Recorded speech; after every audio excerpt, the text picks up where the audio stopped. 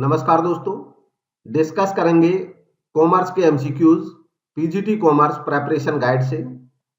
आज का टॉपिक है accounting for not for profit organisations NPOs. पहला question, consider the following statements regarding subscriptions in not for profit organisations. दो statement दिए हैं एनपीओ से रिलेटेड, इनको पढ़ना है और फिर जो सही ऑप्शन है वो बताना है। हिंदी इंग्लिश दोनों में अवेलेबल है क्वेश्चन, आप दोनों में पढ़ सकते हैं पॉज करके। पहला स्टेटमेंट है, subscriptions received in advance are shown as liabilities in the balance sheet. Subscription received in advance, जो सब्सक्रिप्शन एडवांस में मिल जाता है एनपीओ को, वो बैलेंस शीट में लायबिलिटीज साइड में दिखाया जाता है। तो ये स्टेटमेंट है, ये सही स्टेटमेंट है। सेकंड है, subscriptions outstanding at the end of the year are treated as asset. और वर्ष के अंत में जो सब्सक्रिप्शन आउटस्टैंडिंग रह जाता है, यानी कि जो सब्सक्रिप्शन अभी मिला नहीं है, वो एसेट की तरह दिखाया जाता है। तो दोनों ही स्टेटमेंट सही हैं और इसलिए इसका सही जवाब हो जाएगा option C, both 1 and 2 are correct. दोनों स्टेटमेंट सही हैं। Next, which of the following is not a characteristic of not for profit organizations। इनमें से कौन सा एनपीओ की एक विशेषता नहीं है। चारों स्टेटमेंट पढ़ें, देखें कौन सा सही जवाब है। तो गिवन ऑप्शंस में जो सही जवाब है वो है option B, maintains a trading and profit and loss account. तो एनपीओ जो होते हैं वो trading and profit and loss account नहीं बनाते हैं, क्योंकि एनपीओ का मकसद प्रॉफिट अर्न करना नहीं होता है। इसलिए ये प्रॉफिट एंड लॉस अकाउंट ना बना करके इसकी जगह पे बनाते हैं इनकम एंड एक्सपेंडिचर अकाउंट। बाकी जो स्टेटमेंट है वो सही है।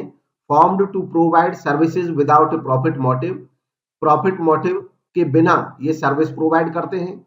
Surplus is added to the capital fund, जो सरप्लस आता है उसको कैपिटल फंड में जोड़ दिया जाता है।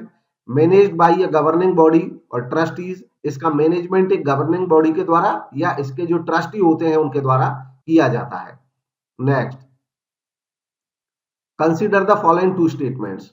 अगेन दो स्टेटमेंट दिए हैं, इनको पढ़ना है और इनको पढ़ें, देखें कौन सा सही इसका जवाब बनता है। तो गिवन ऑप्शंस में इसका जो सही जवाब है वो है option A, only 1 is correct. तो देखते हैं इनको एनालाइज करके कैसे 1 करेक्ट है। The main financial statement of are not for profit organisation include receipts and payment account and income and expenditure account. तो सही बात है कि एनपीओ के जो मेन फाइनेंशियल स्टेटमेंट होते हैं वो रिसीट्स एंड पेमेंट अकाउंट होता है और इनकम एंड एक्सपेंडिचर अकाउंट होता है। सेकंड ऑप्शन कह रहा है, balance sheet of not for profit organisation does not include specific fund like prize fund और बिल्डिंग फंड। जो नेक्स्ट स्टेटमेंट है ये कहता है कि जो बैलेंस शीट होती है एनपीओ की, उसमें कोई स्पेसिफिक फंड जैसे प्राइज फंड, बिल्डिंग फंड ये शामिल नहीं होते हैं। तो ये स्टेटमेंट रॉन्ग है, क्योंकि इसकी बैलेंस शीट में प्राइज फंड, बिल्डिंग फंड ये सब दिखाए जाते हैं। एनपीओज में फंड बेस्ड अकाउंटिंग होती है और इसलिए किसी स्पेसिफिक फंड के लिए कोई अमाउंट मिलता है तो उस फंड को बैलेंस शीट में रखा जाता है तब तक जब तक वो फंड यूज नहीं हो जाता है। बाकी जो इसलिए स्टेटमेंट रॉन्ग हो गया, पहला स्टेटमेंट सही है। और जो मेन फाइनेंशियल स्टेटमेंट होते हैं एनपीओ के वो receipts and payment account, income and expenditure, इसके साथ साथ बैलेंस शीट भी इसका मेन फाइनेंशियल स्टेटमेंट होता है। तो ऑप्शन 1 इज करेक्ट। नेक्स्ट देखेंगे अगला, गिवन बिलो आर 2 स्टेटमेंट्स। दो स्टेटमेंट्स दिए हैं, एक असर्शन है, दूसरा रीजन है। आपको बताना है इनमें से सही कोड कौन सा सही होगा। हिंदी में भी आप पढ़ सकते हैं क्वेश्चन को, उसके बाद देखें। तो गिवन ऑप्शंस में जो सही जवाब है वो है option A, both A and R are true and R is the correct explanation of A. जो असर्शन है वो है, receipts and payment account include both capital and revenue item. Receipts and payment account में capital और revenue item दोनों ही शामिल होते हैं। चाहे कोई कैपिटल रिसीट है, कैपिटल पेमेंट है, चाहे रेवेन्यू रिसीट है, चाहे रेवेन्यू पेमेंट है, दोनों ही शामिल है। तो असर्शन सही है। नेक्स्ट है रीजन। रीजन है, it summarises all cash and bank transaction during a specific period. अब ये कहते हैं कि एक निश्चित अवधि के दौरान ये समरी होती है सभी कैश और बैंक ट्रांजैक्शन की, चाहे वो कैपिटल हो चाहे रेवेन्यू हो। तो ये रीजन भी सही है और ये सही इसको एक्सप्लेन भी करता है, ये इसका सही जवाब है। नेक्स्ट,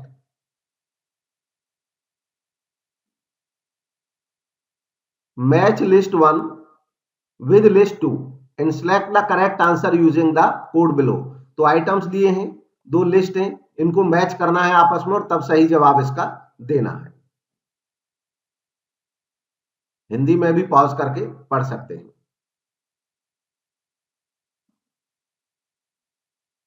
तो अब इनको मैच करते हैं, देखते हैं कौन सा इसका सही जवाब है। सही जो मैच है वो है ऑप्शन बी। इनको समझ लेते हैं क्या कहते हैं ये, स्पेसिफिक डोनेशन। तो स्पेसिफिक डोनेशन एनपीओज के केस में ऐसे डोनेशन को कहा जाता है जो किसी स्पेशल पर्पस के लिए मिलता है। जैसे डोनेशन मिला संस्था को कि इस डोनेशन से आप स्पोर्ट्स पे खर्च करेंगे, तो स्पोर्ट्स के लिए ये यूज होगा केवल, और इससे स्पोर्ट्स फंड बनाना पड़ेगा और वो फंड बैलेंस शीट में लायबिलिटी साइड में दिखाया जाएगा जब तक ये फंड यूज नहीं हो जाएगा। इसके बाद है जनरल डोनेशन। जनरल डोनेशन ऐसे होते हैं जिनके साथ कोई स्पेसिफिक कंडीशन नहीं होती है, एनपीओ को फंड मिला है, वो चाहे जिस काम में यूज कर सकता है। तो ऐसा जो डोनेशन होता है जनरल, वो इनकम साइड में आता है, इनकम इन एक्सपेंडिचर साइड में। नेक्स्ट है सब्सक्रिप्शन आउटस्टैंडिंग। सब्सक्रिप्शन जो आउटस्टैंडिंग है, मतलब ऐसे सब्सक्रिप्शन का अमाउंट जो अभी मिलना बाकी है। एनपीओज को अपने मेंबर्स से सब्सक्रिप्शन मिलता है और उसी सब्सक्रिप्शन से ये एनपीओज चलते हैं। एक मेजर सोर्स होता है ये इनके इनकम का, सब्सक्रिप्शन। तो सब्सक्रिप्शन अगर आउटस्टैंडिंग है, मिला नहीं है, तो संस्था का एक तरह से ये बाकी है, पेंडिंग है मेंबर्स पे, तो ये आता है एसेट्स में, बैलेंस शीट के में। Then subscription received in advance. अगर किसी मेंबर ने एडवांस में सब्सक्रिप्शन दे दिया है, यानी कि उसने आने वाले पीरियड्स का भी पहले ही चुका दिया है पैसा, तो ये एडवांस मिल गया है। जब एडवांस हमें मिल जाता है कहीं से, तो वो हमारी लायबिलिटी तब तक बना रहता है जब तक वो पीरियड नहीं आ जाता है जिस पीरियड के लिए वो पैसा मिला हुआ है। तो इस तरह ये बी इसका सही कॉम्बिनेशन हुआ। Next, in a not for profit organisation receipts and payment account shows. एक एनपीओ में रिसीट्स एंड पेमेंट अकाउंट क्या दिखाता है यह बताना है। तो गिवन ऑप्शंस में देखें इसका सही जवाब कौन सा है। सही जवाब है option B, revenue and capital receipts and payment. Receipts and payment account में revenue receipts, capital receipt, revenue payment, capital payment, यानी कि कैश का आना जाना पूरा रिसीट्स एंड पेमेंट अकाउंट में दिखाई देता है। तो ये इसका सही जवाब है। बाकी नॉन कैश आइटम, डेप्रिसिएशन वगैरह इसमें नहीं आते हैं, इसमें केवल कैश आइटम आते हैं। Only revenue receipts and payment, ये भी रॉन्ग है, क्योंकि only revenue receipts and payment नहीं, कैपिटल रिसीट्स एंड पेमेंट भी आते हैं। और जो डी ऑप्शन है ये भी गलत है, क्योंकि इसमें कहा है transactions related to previous period only. तो ऐसा नहीं है, ट्रांजैक्शंस चाहे प्रीवियस से हो, चाहे करंट से हो, चाहे आने वाले टाइम से हो, रिलेटेड चाहे किसी से भी हो, उनका रिसीट्स या पेमेंट जो है कैश में आना जाना वो करंट ईयर में होना चाहिए, तो वो करंट ईयर के रिसीट्स एंड पेमेंट में दिखाया जाएगा। Next, consider the following statements regarding life membership fees. अब लाइफ मेंबरशिप फीस से रिलेटेड ये स्टेटमेंट्स है, इनको पढ़ना है और फिर सही जवाब इसका बताना है। तो गिवन ऑप्शंस में जो सही जवाब है वो देखें, चेक करें कौन सा है। पॉज करके आप पढ़ लिया करें, मैं सही आंसर बता करके उसको एनालाइज करूंगा। तो जो सही जवाब है वो है option B, only 2 is correct. केवल 2 करेक्ट। अब देखते हैं ऐसा क्यों। पहला जो ऑप्शन है वो कहता है it is treated as a revenue receipt, इसको एक रेवेन्यू रिसीप्ट के भांति ट्रीट करना है। तो ये स्टेटमेंट सही नहीं है। लाइफ मेंबरशिप फीस किसी एनपीओ के मेंबर्स के द्वारा दी जाती है पूरे लाइफ के लिए, यानी कि वन टाइम। तो ऐसी फीस जो दी ही एक बार जा रही है पूरे लाइफ टाइम के लिए, वो कैपिटल रिसीट कहलाती है, क्योंकि वो परमानेंट सोर्स दे रही है फंड के लिए उस संस्था को। तो ये कैपिटल रिसीट होती है, ना कि रेवेन्यू रिसीट। ये इसलिए स्टेटमेंट इसका पहला वाला रॉन्ग है। सेकंड है it is credited directly to capital और जनरल फंड। तो ये सही स्टेटमेंट है। एनपीओ के केस में कोई ओनर नहीं होता है, तो ओनर की कैपिटल भी नहीं होती है। बट एनपीओ को जो लोग चलाते हैं, जो उसको फंड देते हैं, तो अगर वो लाइफ मेंबरशिप फीस दे देते हैं पूरे लाइफ के लिए वन टाइम में, तो ऐसे केस में वो एक कैपिटल की तरह ही पैसा मिल जाता है एनपीओ को, जिसके बेस पे एनपीओ चलता रहता है। तो कैपिटल फंड कहते हैं, यहाँ पे कैपिटल ना कह करके इसको कैपिटल फंड कहते हैं। तो या तो कैपिटल फंड नाम होता है इसका, जो लाइफ मेंबरशिप फीस है वो वहां चली जाती है। जैसे बिजनेस ऑर्गेनाइजेशन के केस में ओनर जो पैसा लगाता है वो कैपिटल अकाउंट में दिखता है, वैसे ही लाइफ मेंबरशिप फीस जब मेंबर्स के द्वारा एनपीओ को दी जाती है तो वो कैपिटल फंड में दिखती है। कैपिटल ना बोल करके इसको कैपिटल फंड बोला जाता है। इसी कैपिटल फंड को जनरल फंड भी बोला जाता है। उसका कारण ये होता है कि ये फंड जनरल है, मतलब इसमें जो पैसा मिला है वो एनपीओ अपने रूटीन एक्टिविटीज के या अन्य किसी भी काम के लिए खर्च कर सकती है। तो कैपिटल फंड को ही जनरल फंड भी कहा जाता है। बी इसका सही जवाब है। नेक्स्ट देखेंगे, how is the surplus in the income and expenditure account is treated. Income and expenditure account में, एनपीओ के केस में इनकम एंड एक्सपेंडिचर अकाउंट बनता है, और अगर उसमें सरप्लस होता है, जैसे प्रॉफिट एंड लॉस अकाउंट में प्रॉफिट आता है, वैसे ही इनकम एंड एक्सपेंडिचर अकाउंट में अगर इनकम ज्यादा रहती है तो उसको सरप्लस बोलते हैं, एक्सपेंडिचर ज्यादा हो जाए तो उसको डेफिसिट बोलते हैं। तो जो सरप्लस है उसका क्या करेंगे ये बताना है। चारों ऑप्शंस पढ़ें, देखें कौन सा इसमें से सही इसका जवाब है। नेक्स्ट, तो इसका जो सही जवाब है वो है option B, added to the capital और general fund in the balance sheet. तो जो सरप्लस होता है उसको कैपिटल फंड या जनरल फंड में जोड़ दिया जाता है। जैसे एनपीओ के केस में प्रॉफिट को कैपिटल में जोड़ते हैं, ठीक वैसे ही एनपीओ में भी जो सरप्लस आता है उसको कैपिटल फंड या जनरल फंड में जोड़ दिया जाता है। Next, which of the following items will appear on the liability side of the balance sheet of a NPO। इनमें से कौन सा आइटम अपीयर होगा बैलेंस शीट के लायबिलिटी साइड में, एनपीओ के बैलेंस शीट के लायबिलिटी साइड में कौन सा आइटम दिखाया जाएगा यह बताना है। तो गिवन ऑप्शंस में जो सही जवाब है वो है option B, life membership fee. Life membership fee balance sheet में लायबिलिटी साइड में कैपिटल फंड, जिसको जनरल फंड भी कहते हैं, उसमें दिखाया जाएगा। बाकी सब्सक्रिप्शन आउटस्टैंडिंग ये एसेट साइड में आएगा, क्योंकि ये अमाउंट पेंडिंग है, एनपीओ को मिलना बाकी है। स्टॉक ऑफ स्टेशनरी एसेट है, एसेट साइड में आएगा। इन्वेस्टमेंट इन गवर्नमेंट बॉन्ड, अगर कोई इन्वेस्टमेंट कर रखा है एनपीओ ने तो वो भी एसेट साइड में आएगा।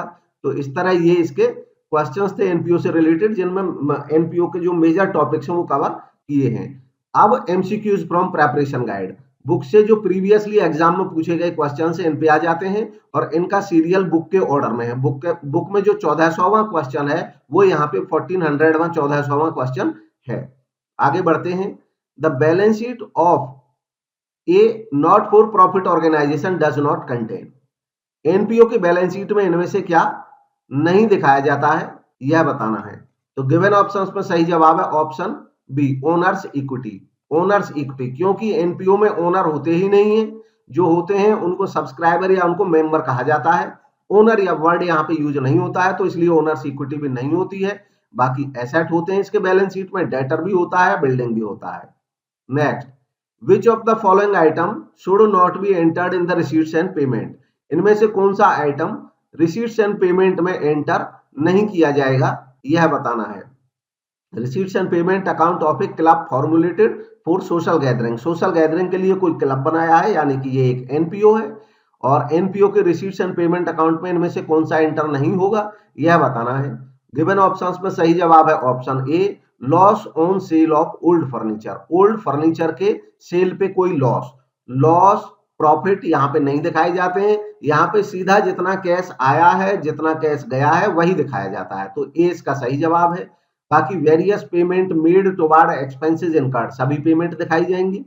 सेल ऑफ ओल्ड न्यूज़पेपर, जो भी पैसा आएगा दिखाया जाएगा। ओल्ड न्यूज़पेपर है, न्यू न्यूज़पेपर है। Subscription received in advance, subscription advance में मिले चाहे इस करंट ईयर का मिले, अगर कैश आया है तो दिखाया जाएगा। कुल मिलाकर के कैश का आना जाना इसमें दिखाया जाता है। Next, the receipts and payment account of a not for profit organisation is a. Receipts and payment account की नेचर क्या होती है यह बताना है। तो गिवन ऑप्शंस में से जो सही जवाब है वो है option B, real account. Receipts and payment account, क्योंकि ये कैश की ही समरी होता है, ये बिल्कुल एकदम कैश अकाउंट की तरह ही होता है रिसीट्स एंड पेमेंट अकाउंट। बस फर्क इतना होता है कि कैश अकाउंट में तो हम हर दिन कैश का आना और जाना लिखते हैं। रिसीट्स एंड पेमेंट अकाउंट में किसी पर्टिकुलर आइटम पे जितना कैश मिला है राउंड द ईयर वो पूरा एक बार दिखता है। तो ये कैश अकाउंट की ही समरी होती है एक तरीके से, और इसलिए ये रियल अकाउंट है क्योंकि ये कैश को दिखाता है। नेक्स्ट है any donation received for a specific purpose, किसी खास पर्पज के लिए अगर कोई डोनेशन मिलता है तो वो इनमें से क्या होगा। तो गिवन ऑप्शंस में जो सही जवाब है वो है ऑप्शन डी, कैपिटल रिसीट। ये कैपिटल रिसीट होगा। कोई डोनेशन मिला है स्पेसिफिक पर्पज के लिए तो ये कैपिटल रिसीट है, पूंजीगत प्राप्ति है। कैपिटल रिसीट ऐसी रिसीट होती है जो हमें लंबे समय के लिए फंड उपलब्ध कराती है और इसलिए कैपिटल रिसीट है। रेवेन्यू रिसीप्ट वो होती हैं जो करंट ईयर के लिए मिलती हैं, जो इनकम को बढ़ाती हैं हमारी को। और एसेट, एक पर्टिकुलर एसेट और लायबिलिटी, इसको हालांकि बैलेंस शीट में लायबिलिटी साइड में दिखाएंगे, कैपिटल रिसीट जो होती है वो लायबिलिटीज में दिखती हैं, बट लायबिलिटी नहीं बोल सकते इसको, क्योंकि ये वापस नहीं करना है। अगर हमने कहीं से लोन लिया होता तब तो वो वापस करना होता, तब वो लायबिलिटी रहती। ये इसलिए केवल कैपिटल रिसीट यहाँ पे सटीक वर्ड है इसके लिए। Next, the following information has been extracted from the books of a sports club. Sports club, एक स्पोर्ट्स क्लब की बुक से ये हमें कुछ इंफॉर्मेशन मिली है। अब इन्होंने पूछा है subscription received during the year 15-16 were rupees 1,80,000। साल के दौरान सब्सक्रिप्शन रिसीव हुआ है 1,80,000।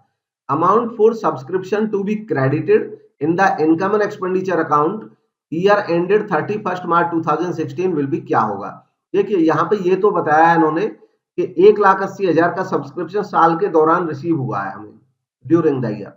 अब ये जो साल के दौरान रिसीव हुआ है इसमें कुछ पिछला भी हो सकता है और कुछ आने वाले साल के लिए भी हो सकता है, वो इसमें से घटा दिए जाएंगे। जैसे 1,80,000 में, जैसे इसमें गिवन इंफॉर्मेशन में हमें दिया है कि ओपनिंग में सब्सक्रिप्शन आउटस्टैंडिंग था 45,000 ओपनिंग में आउटस्टैंडिंग सब्सक्रिप्शन था।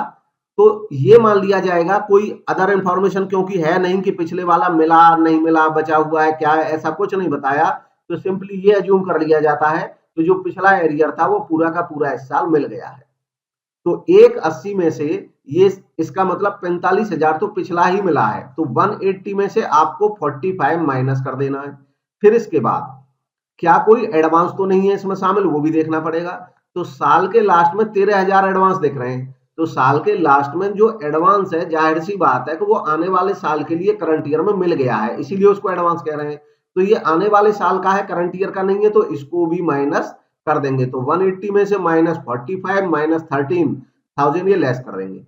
अब देखेंगे कि क्या कोई ऐसा भी, ये तो अब वो बचेगी अमाउंट जो करंट ईयर के लिए करंट ईयर में मिली है। अब देखेंगे क्या करंट ईयर के लिए कोई अमाउंट पहले साल ही मिल चुकी थी। तो यहाँ पे जो साल के शुरू में लिखा हुआ है subscription received in advance opening में, इसका मतलब ये पिछले साल ही मिल चुका था एडवांस में, लेकिन इनकम तो ये करंट ईयर की है, करंट ईयर के लिए मिला है। तो 41,000 को ऐड कर देंगे और फिर देखेंगे, इसको प्लस कर देंगे, फिर देखेंगे क्या करंट ईयर के लिए पिछले साल ही कुछ मिल गया था क्या। तो हाँ, जो ओपनिंग में हमें आउटस्टैंडिंग दिख रहा है,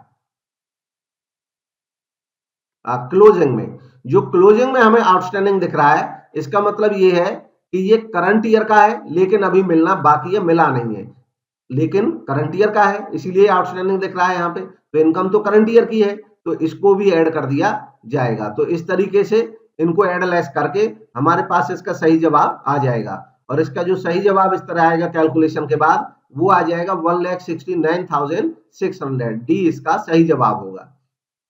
next, which of the following statement is true. इनमें से कौन सा स्टेटमेंट ट्रू है, जो सही स्टेटमेंट है उसका पता लगाना है। तो चारों स्टेटमेंट पढ़ने हैं, हिंदी इंग्लिश दोनों में दिए हैं, पॉज करके पढ़ें, देखें कौन सा सही जवाब है। सही जवाब है option B, income and expenditure account is a summary of all revenue income and expenditure related to the current year. तो सही बात है, इनकम एंड एक्सपेंडिचर अकाउंट में करंट ईयर से रिलेटेड सभी इनकम और एक्सपेंडिचर आते हैं, सभी इनकम और एक्सपेंडिचर रेवेन्यू नेचर वाले आते हैं, रेवेन्यू नेचर के इनकम और रेवेन्यू नेचर के एक्सपेंडिचर, उनकी ये एक तरह से समरी होता है। तो ये स्टेटमेंट सही है। बाकी जो तीन है इनको पढ़ लेते हैं, ये क्यों सही नहीं है। पहला स्टेटमेंट कहता है कि receipts and payment account is a summary of all revenue receipts and capital payment. तो ये गलत है, रेवेन्यू नहीं, ये रेवेन्यू के साथ साथ कैपिटल रिसीट्स एंड पेमेंट भी इसमें शामिल रहती हैं। Revenue receipt, revenue payment, capital receipt, capital payment सब शामिल रहती हैं। नेक्स्ट है, इसलिए रॉन्ग है। नेक्स्ट है, receipts and payment account is a summary of all capital receipts and payment. तो ये भी गलत है। Receipts and payment account capital receipts नहीं, रेवेन्यू और कैपिटल दोनों की ही समरी होता है। ऐसे ही जो नेक्स्ट है इसमें केवल रेवेन्यू कहा है, तो ये भी गलत है। ये रेवेन्यू अकेला नहीं बल्कि रेवेन्यू और कैपिटल दोनों तरह की रिसीट्स एंड पेमेंट की समरी होता है। नेक्स्ट है at the beginning of an accounting year, एक अकाउंटिंग ईयर के स्टार्ट में ही एक क्लब के पास थी 19,000 की एसेट, 5,000 की लायबिलिटी, 1800 का debit balance of income and expenditure account. Income and expenditure account का डेबिट बैलेंस मतलब डेफिसिट, मतलब ये बैलेंस शीट में एसेट साइड में दिखाया जाता है। अगर सरप्लस होता है तो बैलेंस शीट में लायबिलिटी साइड में दिखता है, अगर डेफिसिट है तो बैलेंस शीट में ये एसेट साइड में दिखता है।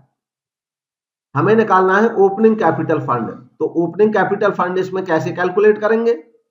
हमें यहाँ पे इंफॉर्मेशन दी है, ये बिगिनिंग की है यानी कि ओपनिंग की है, तो लायबिलिटी साइड में एसेट और लायबिलिटीज दोनों दिखते हैं। यहाँ पे हमें 19,000 के एसेट दिए हैं और 5,000 के लायबिलिटी दिए हैं और 1800 का डेबिट बैलेंस। तो 1800 जो डेबिट बैलेंस है ये भी एसेट साइड में ही रहता है बैलेंस शीट के में। तो 19,000 एंड 1800 यानी कि 20,800 ये एसेट साइड का टोटल हुआ बैलेंस शीट का, और लायबिलिटीज जो हैं वो 5,000 है।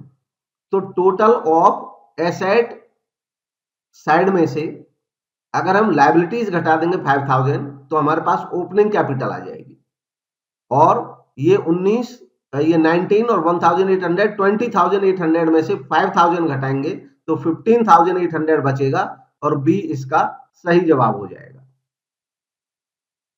Next, income and expenditure account shows a balance of. Income and expenditure account में बैलेंस दिखता है इनमें से किसका? ये क्या बैलेंस दिखाता है यह बताना है। तो गिवन ऑप्शंस में जो सही जवाब है वो है ऑप्शन सी, सरप्लस या deficit. Income and expenditure account में अगर इनकम साइड ज्यादा होगी तो सरप्लस और एक्सपेंडिचर साइड ज्यादा हो जाए तो deficit. Next, a non profit organisation does not prepare. एक नॉन प्रॉफिट ऑर्गेनाइजेशन इनमें से क्या प्रिपेयर नहीं करती है? 3 स्टेटमेंट बनाती है, एक नहीं बनाती है। तो गिवन ऑप्शंस में जो सही जवाब है वो है option C, profit and loss account. Profit and loss account नहीं बनाती है ये संस्थाएं, बाकी income and expenditure account, receipts and payment account, balance sheet ये बनाती हैं। Next, income and expenditure account is prepared by not for profit organisation on. अब इसमें बताना है कौन से बेसिस पे बनाती हैं एनपीओज इनकम एंड एक्सपेंडिचर अकाउंट को। तो गिवन ऑप्शंस में जो सही जवाब है वो है ऑप्शन डी, एक्रूअल बेसिस पे। एक्रूअल बेसिस क्या होता है? देखिए अकाउंटिंग के 2 बेसिस होते हैं, एक होता है कैश बेसिस, दूसरा होता है एक्रूअल बेसिस। कैश बेसिस का मतलब होता है कि कैश आएगा तो ही लिखेंगे, कैश जाएगा तो ही लिखेंगे। केवल कैश की इन्वॉल्व जिन ट्रांजैक्शन में होती है उनको लिखते हैं, उधार को नहीं लिखते हैं। जबकि एक्रूड या एक्रूअल बेसिस वो बेसिस है अकाउंटिंग का जिसमें कैश को नहीं ध्यान रखते, बल्कि ये देखते हैं कि अगर कोई ट्रांजैक्शन अकर हुई है ड्यूरिंग द ईयर, चाहे कैश मिला है या बाद में मिलेगा, मिल चुका है तो भी, और अभी नहीं मिला है बाद में लिखेगा तो भी, अगर एक्रू हुई है कोई ट्रांजैक्शन, अगर अर्न हुई है कोई ट्रांजैक्शन, अगर अकर हुआ है कोई खर्चा, तो उन सबको लिखता है। तो ये एक्रूअल बेसिस है। जैसे प्रॉफिट एंड लॉस अकाउंट बनता है वो भी एक्रूअल बेसिस पे बनता है, ठीक वैसे ही एनपीओ के केस में इनकम एंड एक्सपेंडिचर बनता है, ये भी एक्रूअल के ही बेस पे बनता है। और जो रिसीट्स एंड पेमेंट अकाउंट होता है वो कैश बेसिस पे बनता है। नेक्स्ट, द सरप्लस और deficit revealed by income and expenditure account is transferred to. Surplus या डेफिसिट जो इनकम या एक्सपेंडिचर अकाउंट के द्वारा दिखाया जाता है उसको ट्रांसफर करते हैं कहां पे, यह बताना है। तो सही जवाब है option D, capital fund. Capital fund या पूंजी निधि, इसको कैपिटल फंड को जनरल फंड भी कहा जाता है। तो ये थे आज के एमसीक्यूज एनपीओ से रिलेटेड। अच्छा लगा तो लाइक करें और चैनल को सब्सक्राइब करें। कॉमर्स के एमसीक्यूज और कॉमर्स के बाकी महत्वपूर्ण वीडियोस देखने के लिए थैंक यू फॉर वॉचिंग।